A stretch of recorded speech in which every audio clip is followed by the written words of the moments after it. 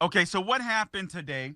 Obviously, Hunter Biden pled what did he play? He pled guilty to misdemeanor charges when it came to his tax returns, right? Or his tax issues, if you will. Let me just read part of this. As part of the arrangement, the Justice Department would recommend probation for the tax charges. This is speaking of Hunter Biden. This is from the Daily Wire. Okay, here it is. The release announced Biden had been charged with 2 misdemeanor tax offenses and a felony firearm offense. The statement also said that the 53-year-old Biden agreed to plead guilty to the pair of tax charges and enter a pretrial diversion agreement for the gun violation at a proceeding to be scheduled by a U.S. District Court judge. Now, what everyone is telling you, and they're right, by the way, that Hunter Biden received a sweetheart deal. I'm going to dive into a column shortly here from The Federalist by Margot Cleveland. She's an attorney that writes at The Federalist. She does a wonderful job, and she actually wrote this column before this deal was struck. But I'm going to revert back to the column because she almost predicts this, and she explains it in such a way that I think all of us need to understand. Now, I want to ask you guys a question. Have you ever played any type of organized sport and also played the ghetto version of that sport or the street version of that sport? Or have you ever owned an ant farm? You know those, let me go there. Do you know what ant farms are? You back in the day, I think they still exist. You guys check me if I'm wrong. I think they still exist. But you buy this ant farm, and this ant farm, you could see through the glass. The ants will tunnel and they'll burrow everywhere, but they can only go so far.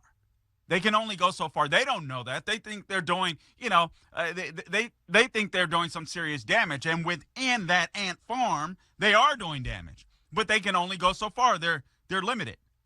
Their scope is limited. Ant farms are still for sale, so go out and get one. All right, so ant farms are still for sale. But you think about these ant farms, right? The ants can only dig so far. They can only go so far. They can only go so wide as the ant farm itself. This is what's happening with the FBI. And I'll get into this with Margot Cleveland's column shortly. And because she is a lawyer, and some of it is legalese, you're going to have to forgive me, but I want you to understand what's going on. I'm going to have to read through some of this, and I can't stand that on radio, but I'm going to read through some of it. I'm going to break it down so that it makes sense because I want you to understand something. What happened today and what everyone is focusing on is Hunter Biden. Remember who the big guy is? You guys remember who the big guy is? I think you know who the big guy is. We all know that the big guy is Joe Biden. Something happened today. What the DOJ just signaled to Donald Trump. I want you guys to hear me. They just signaled. You guys remember when Donald Trump came out and said, I will be your retribution. And frankly, I said, ooh, that's music to my ears because I can't stand the deep state and I think they need to be totally dismantled. So he said, I will be your justice, and I'm paraphrasing, but I recall him saying, I will be your retribution. You guys remember that, right? What the DOJ just said to Donald Trump is there'll be no retribution. We're going to wipe this campaign issue out from under your legs. So you're going to have to run on policy. And they also said what they're going to do and what they're signaling, in my opinion, is exactly what we talked about yesterday. They are paving the way for Gavin Newsom. The DOJ just signaled that they're paving the way for Gavin Newsom, and they've just taken away Trump's justice. They've just taken away Trump's retribution. Carl, you got all that with that? How do you come to that? It's just a sweetheart deal. It's just the president's son. If it was you and I, we'd be going to jail for this. And yeah, all of that is right. All of that is right. But guys, we have to think on the macro level. See, here's the problem. I told you about the ant farm, and you'll understand what I mean about the ant farm when we get closer or when we get through Margot Cleveland's column. But let's also let's play some street ball for a sec, all right? So I remember growing up in L.A., I went to this school, Lugo Elementary in Linwood, California, and we would go to the school every day, me and my boys, and we would ball. I mean, we would play some type of ball every day. Sometimes we would play baseball and basketball. Sometimes we would play baseball and football, or vice versa, or whatever. We would mix them up. Or some days, depending on how many people came, we might have our little tournament. You know what I mean? And we would play right there, hop the fence. We shouldn't have been there, but we would hop the fence and pray that cops wouldn't come. If we saw cops, we'd bone out so they couldn't find us. But we would play as long as we could, and we would ball, but it would be rough. It would be rough. Thank God we were quote-unquote friends because, good Lord, it would be rough. Man, you go up for a layup or you shoot a shot, you're liable to get your finger broke. You're liable to get clotheslined. But the cool thing is when I got into some organized ball, I would always play with dudes that were bigger than me. So when I got into some organized ball, I was tough. I couldn't jump the highest or any of that stuff, but I had the fundamentals down. Great dribbler. I was a good shooter. I could take it to the hole, and I wasn't afraid to take it to the hole on big dudes. But I developed that because I played street ball.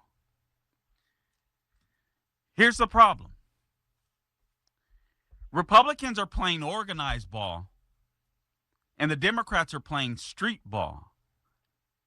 And so because the Democrats are playing street ball, and they know how to play tough, when they get to the organized level, if you will, they just dominate the right. And we don't even know what hit us.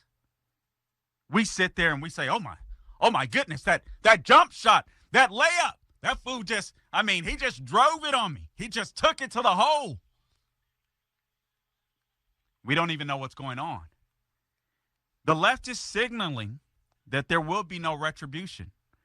So this is why I say we're going to have to demand from our candidates. I don't care if it's Trump. I don't care if it's DeSantis. I don't care if it's Tim Scott. If you don't set in your mind right now, guys, I don't know why God has given me this. A lot of people get really emotionally tied to candidates. Now, I have before. I'm not going to lie to you. But I go through this spurt where I get, man, I love this candidate, blah, blah, blah, blah, blah, blah. And then I'm like, okay, what can he or she do for me? I'm selfish in that way. You guys may recall sometime last week, I had a back and forth with a caller. And he was like, I don't think it's, like American or whatever to be selfish. Listen. Conservatism is selfless. Although we haven't conserved anything. I would say constitutionalism is selfless.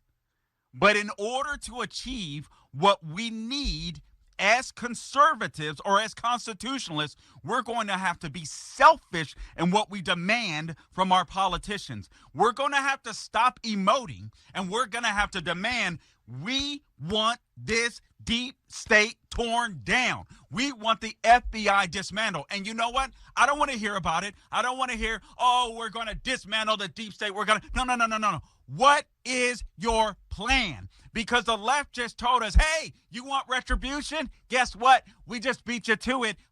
This lawyer, Barry Weiss, saying he's coming back for Hunter. No, it's done. It's finished. It's finito. Your justice has been denied.